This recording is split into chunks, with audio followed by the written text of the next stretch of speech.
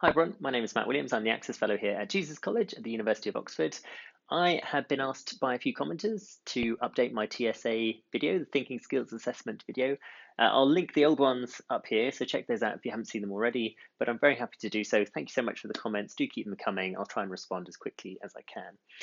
One update that's really important is that this year, 2020, of course, there's going to be some significant changes as a result of the coronavirus pandemic.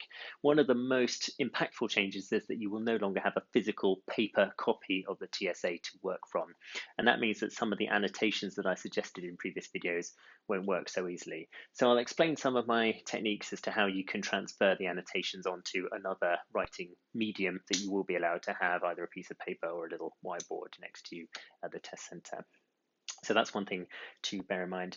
The other thing is just to emphasize some of the top exam technique tips that I provide in the other videos. And I think one of the key things to stress is how much the TSA test tests your intellectual stamina. It doesn't just test how smart you are. In fact, I think even more than testing your ability to solve problems and think critically, it tests how you can do that under a sustained amount of intellectual pressure. It is a marathon, in other words, not a sprint. And that has all sorts of implications for how you treat your mind in the preparation for the test. And most importantly, that means that you need to look after yourself. That when I've done admissions using the TSA test in Oxford, so that's mostly for the philosophy, politics, and economics degree, PPE, I've seen that the difference between being in the top quartile and the second quartile comes down to a fraction of 1%, so tiny, tiny differences. And it really, therefore, could make the difference whether you tip over into that top quartile or not as to how fresh you're feeling. Because if you're going through a test of intellectual stamina, you need to make sure that your mind and body are at their peak. And so that means you need to be very well rested. You need to sleep and you need to eat well and you need to drink plenty of water. These physical and physiological factors make substantial neurological difference, and therefore you really need to take consideration of them. Another consideration is how to work out the most efficient way of answering the questions, certainly in the multiple choice components, section 1 of the test. And so I'm going to share with you some of my tips as to how to maximize that efficiency so that you can get through the questions nice and quickly. I'm going to go through the 5 finishing questions of the 2019 TSA Section 1. The reason for going through the last 5 questions is because a lot of people suspect that the finishing questions are the most difficult. Actually, if you go and look at the weighting of the questions, which is all provided on the Oxford University website, you'll see that the difficulty of questions is randomly distributed around the paper. So it's not the case that the later questions are more difficult than the earlier ones. But I suspect that the later questions certainly feel harder because by that stage you're knackered, you're just tired, and that's completely understandable. So I'll go through those last 5 just to share some of my tips as to how you can get through them more quickly. I'll then quickly go through section 2 just to remind you some of my top essay writing techniques, and that'll be that. So I'm going to share with you my iPad screen. Okay, so let's start with question number 46. Now, one of my first tips with regard to maximizing your efficiency is always to start by reading the prompt, the question, before reading any of the other extraneous information, because then you know the task that's expected of you. It's just a bit more efficient, because what will often happen is that you'll read the information, then read the question, and then you'll have to read the information again. It just cuts out that component for the most part. So, which one of the following most closely parallels the reasoning used in the above argument? Now, this sort of question crops up every year. And one way to help yourself with this is to formalize the form of argument that you've got here. Now, this is common in formal logic, and it's the sort of thing that philosophers do. It's not terribly complicated, however, so I'll just show you how to do it. So your cake will be tasty only if you use fresh ingredients, which you can only buy at the market.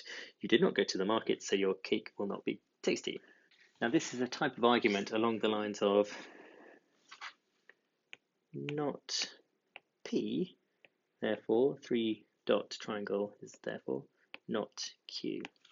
Okay, now why philosophers like P and Q, I don't know, but they do. You can use whatever letters or symbols you like, but it makes it relatively clear. Now the examiners are looking for the same type of argument. If not P, therefore not Q. It can be tempting to say that other arguments where you have P and therefore have Q are the same form of argument, but according to the logic of it, they aren't, so be careful with that. For example, if we look at A, You can only be happy if you are healthy. To be healthy, you have to eat a lot of vegetables. You eat a lot of vegetables, so you must be happy. Now, that's a form of argument along the lines of P, therefore Q. And it's tempting to say that that's basically the inverted logic of the cake argument.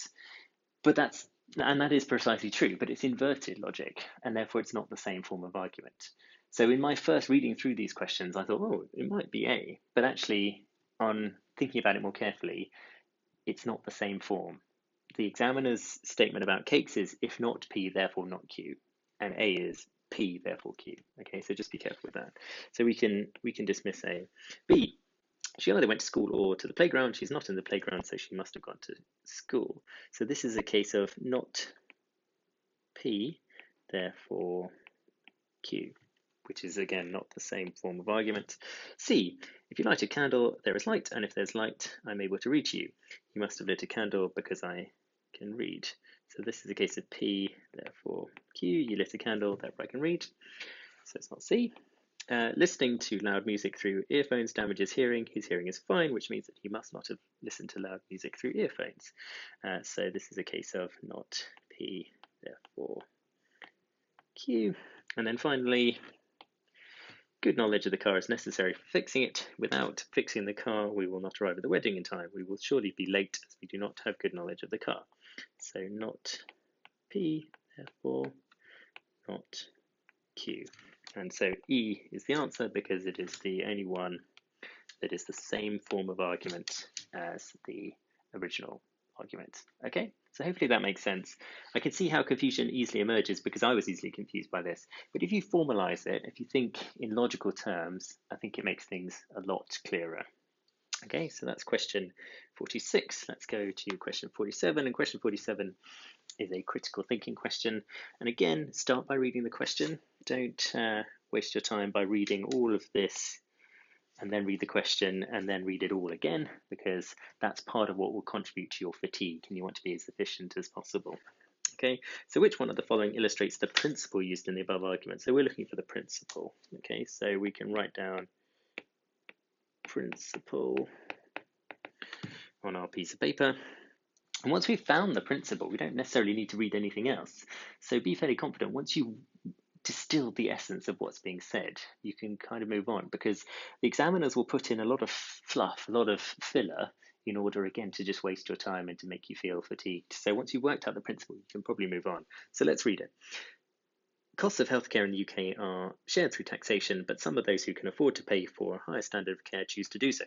Some think it is immoral for rich people to receive better healthcare simply because they can afford to pay for it.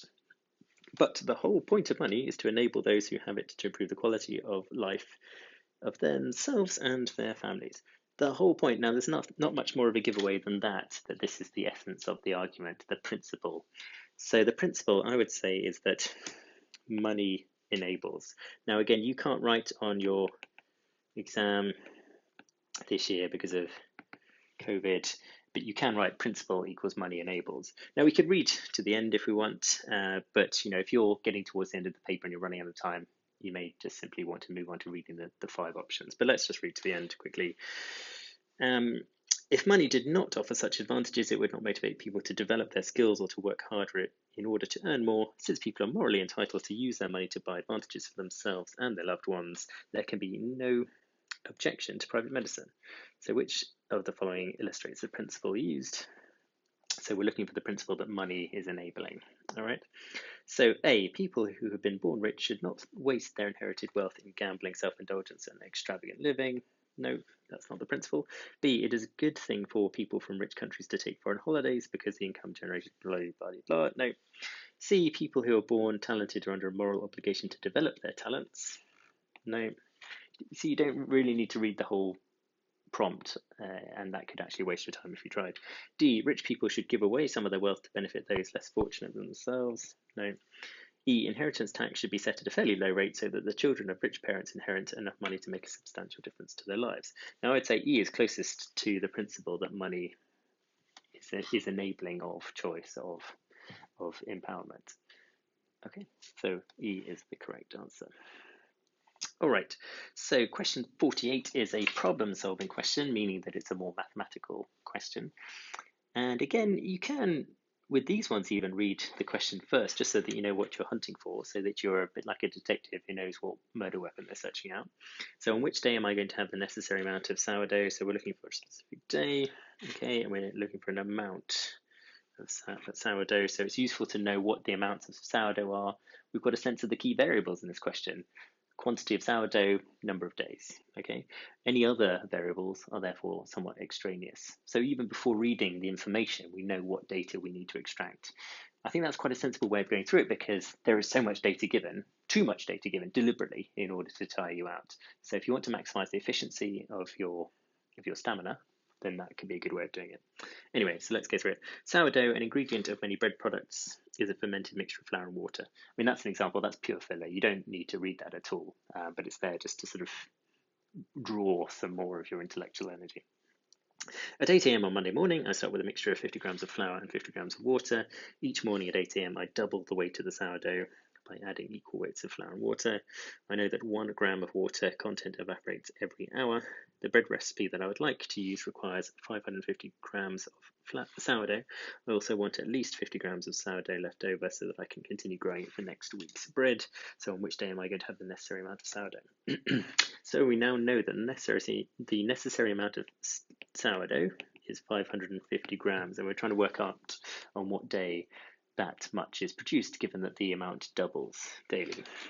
So let's write it again in sort of quite formalized terms so that we get a clear sense of what's going on. So on Monday morning, I start with a mixture of 50 grams of flour, 50 grams of water, and 1 gram of the water evaporates every hour. So in a 24-hour period, we lose 24 grams, meaning that we have a total amount of 50 plus 50 is 100 minus 24, which is 76 grams. So on Tuesday, there are 76 grams. Okay. And each morning at 8 a.m., I double the weight of the sourdough.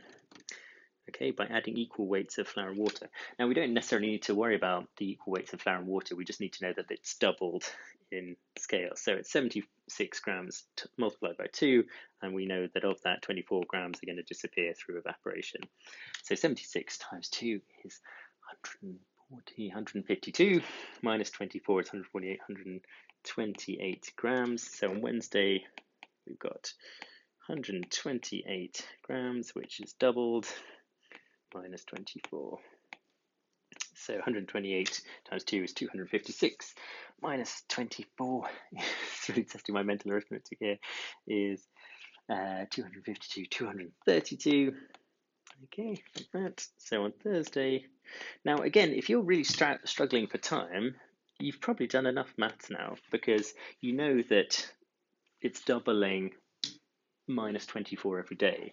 So we know that the answer can't be Thursday, but we know if you double 232, and you're going to get 400, over 400, and that's going to be doubled again on Friday. So you know that it's got to be Friday that you're going to get over 550 grams. So if you're getting short on time, you don't really need to do all of the mathematics, but I'll just go through it just to be clear. So 232 grams multiplied by 2, because we're doubling the weight, and then we're losing 24 grams. So that's 464 minus 24 is 440. So that means that on Friday, we're going to double it again, 440 grams multiplied by 2 minus 24. And we know that we don't even need to do the final mathematics, but we know that that is greater than 550. So the answer has to be Friday.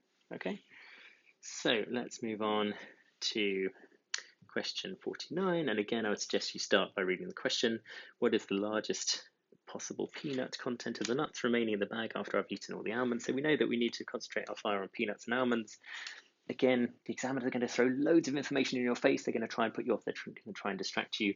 You only need to focus really on peanuts and almonds. Okay, so a 250 gram bag of mixed nuts. List the contents of the packet as follows. Blah, blah. As they are my favourite, I eat all the almonds in the packet and then reweigh it. I find that the almond content was the minimum it could have been whilst being consistent with the labelling.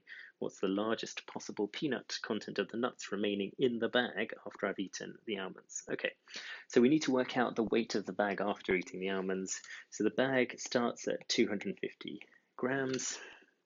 the almond content was the minimum it could have been, so that's 20%. So we're looking for 20% of 250, which is 50 grams. Okay, so without the almonds, the bag weighs 200 grams. Okay, now we know that the peanut content of the nuts remaining in the bag was the largest possible. Okay, so we've got 40% of the original bag, not the new 200 gram bag, but the original bag is peanuts. So 250 grams, 40% thereof is 100 grams. So we know that 100 grams of the newly reduced bag without the almonds is peanuts, which is half, right? Because the 200 gram bag divided by 100 is equal to half. Okay, and so the answer must be C. So again, just go through it systematically, work out what data you need, and also what data is extraneous that the examiners are trying to just throw in your face and distract you with, and move on. Okay. As ever, these sorts of puzzles are pretty straightforward if you've got all the time in the world, but it's the stress and the fatigue that tend to drag you down at this later stage of the exam. And so it's finding those techniques to speed up the process, to be more efficient and to stay calm. That's what we're looking for. Okay, now question 50 is a spatial reasoning question. These are the sort of questions I really hate. I really struggle with bending these shapes in my mind. But again, there are various ways that you can make your life a little bit easier. So you could read the question first, but I mean, there's so little writing here, it's not a big deal. The net below can be folded to make a Roman numerical dice. Which one of the following dice could have been made as a result of of folding the net? Okay, so again, just start with the information that you know. You know that there has to be an arrangement of the numbers 4 and 1 such that 4 and 1 are in alignment with each other. And you know the same must be true of 3 and 6. So when we're trying to work out how the other numbers will align, at least we've got some polarity. We've got a vector, if you like. Okay, and we know that relative to 1 and 4, that there's got to be a 90-degree turn. So if we're looking for where 2 is relative to 4, it's got to be switched 90 degrees in a clockwise direction. And then we know that there is another 90 degrees angle here, another one here, and another one here. Sorry, this is really terrible drawing, but anyway, hopefully you get the point, that there are 4 90-degree angles. So if 1 and 4 are in an alignment, then we know that 2 is going to be 90 degrees off, 3 and 6 will be 180 degrees and 270 degrees, and then 5 will be 360 degrees. So 5 will be the same alignment as 1 and 4. Okay, so now when it comes to looking at the options, well, let's start with the simple array. So we know that 1 and 4 must be aligned. We know that 3 and 6 must be aligned. So look for any examples where that could be the case. So 1 and 3, no. 1 and 4 here, you can see are not in alignment. So you know that B is wrong. We know that A is wrong. C, 1 and 3, not sure yet. Okay, D, 1 and 4 are in alignment. 1 is above the 4, so that's right. And we also know that 5 must have gone through a 360-degree rotation, so D must be correct. Okay, there you go. So there are various tricks that you can use to try and make this easier. I mean, I dare say if you're given paper, you could, if you really wanted to, tear it up and fold it into a dice, but it's not strictly necessary. Okay, let's go through section 2. So what are my key tips for this? This is the essay, and this again is from the 2019 paper. Now, as I've written in my previous videos on the TSA essay that go into a lot more detail, the first thing is you need to know what you need to say in order to answer the question precisely. One of the things that examiners really dislike is when students don't actually answer the question. And the best way to ensure that you're answering the question is to literally reuse the question wording when framing your response. And that will also help you identify what I call the hook words of the question, which is the parts of the question which you need to address in order to satisfactorily answer the questions. So let's start with the first question. Should children strike to demand action on a major issue such as climate change? Now, if I was asked that in person, if I was to respond precisely without deviation at all from the question, I would have to say, yes, children should strike to demand action on a major issue such as climate change, or no, they shouldn't, or whatever response they want to give. The word should is clearly doing a lot of the spade work. It's one of the first words that comes out, and that's not surprising because it's one of the primary verbs. Okay, and so should is the hook word here. You need, if you're to answer this question properly, you need to explain to someone what it means to should do something. Should strike, and so should is going to form the backbone of your argument. And so you want an introduction where you answer the question very clearly. And for goodness sake, do answer the question in the introduction. Do not mess around. Indeed, you should answer the question in your opening line. Imagine you're in a conversation with someone, you ask them a question, and they don't answer the question until 30 minutes have elapsed. It's going to be quite frustrating. Answer the question in the opening line, okay? And then structure your argument around the word should. So you need to break your paragraphs down into considering different aspects of should. Now, a classic dichotomy would be should in a deontological sense and should in an instrumental or utilitarian sense. And what that means is that should you do something because it's just right to do it, it's intrinsically a good thing to do. It doesn't really matter what the consequences are, versus should you do something because it will lead to better outcomes. So should children strike, they should strike because striking is a good thing. It's an intrinsically a good thing because it shows their protest, it shows their anger, their sense of desperation. It doesn't really matter what the consequences are. And should because it will actually move things forward. It'll progress the debate. It'll make people realize how much needs to be done. So that you can talk about should in both of those dimensions, and you can pretty much always define should in those two terms. And of course, you can link them together. That the reason that children should express themselves, they should strike, is because it will help make a difference. And even if it doesn't have direct utility, even if it doesn't make a direct difference, it can contribute to wider debate that might make a difference. So it's not like we're trying to completely separate out the deontological and the utilitarian, but it can be quite a useful way of taking steps through the essay, which will make sense. Okay. So that's my key piece of advice for the essay is identify the hook word and for goodness sake, use it. Use it and use it and use it. Don't use synonyms. Don't deviate from the question wording because then you're not answering the question. The key thing to remember for yourself in the essay is you must answer the question, the whole question, and nothing but the question. Okay? Because otherwise, if you deviate at all, you're just giving the examiners the opportunity to mark you down, and you don't want that. Okay, so question number 2. Assume that automated face recognition technology is completely reliable. What restrictions, if any, should there be on its use? So again, if someone asked you that face-to-face, you would have to start by saying, well, the restrictions that there should be are blah. So the key words, the hook words are restrictions and should. Okay, so again, you could think about should and break that up, but I think sort of restrictions is perhaps more obviously what we need to be talking about. And so you need to deconstruct the notion of restriction so that you can define it. Deconstruct means that imagine restriction as a concept is a building. You're going to take the bits of the building off to see how it's put together. So you could think of restrictions in terms of legal, moral, economic, maybe. Now, when you've worked out how to deconstruct a concept, work out what logical sequence they could go in. Now, I would suggest that moral is probably the most important because that's the broadest. So if you imagine a funnel, we're going from the broadest to the narrowest. Moral probably comes first, then legal, then economic, I would suggest, very simply put.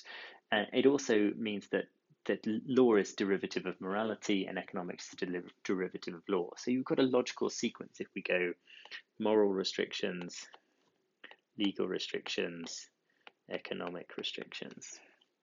And having that sort of logical progression of points really helps your readers because they can understand, they can follow the story.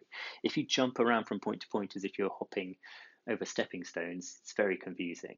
So at all costs, try and avoid that. Okay, so there we go. We can talk about those sorts of restrictions. Could somebody choose to change their race? So again, if someone's asking you that face-to-face, the key word is could. It's not should, it's could. If you talk about should, you'll get a bad mark.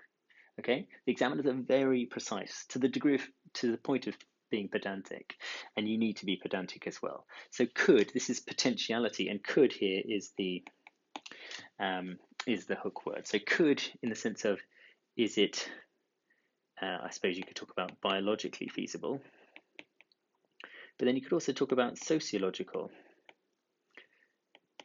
In other words, to what extent is race a construct of sociology that differences in skin color are so irrelevant that they're as irrelevant as differences in eye color or hair color.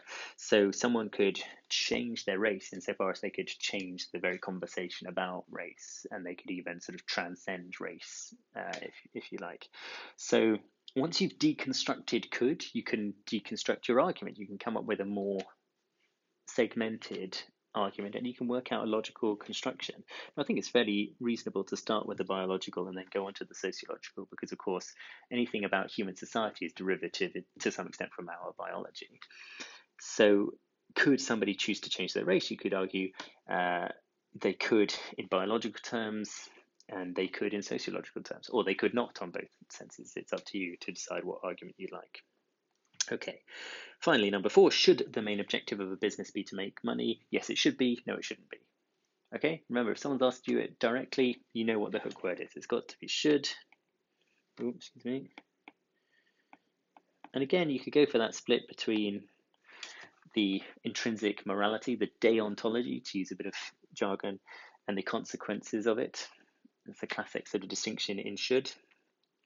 It's up to you how to work that out, but somehow you need to deconstruct should and then go through your deconstruction in a way that makes logical sense. Hopefully that's clear. If you do have any follow-up questions, do please either put a comment in or send me an email at matthew.williams@jesus.ox.ac.uk. Bottom line is that it's in our interest for you to perform as well as possible, so I'm genuinely rooting for you, and I wish you all the best, and yeah, I hope to meet you one day. Thanks so much.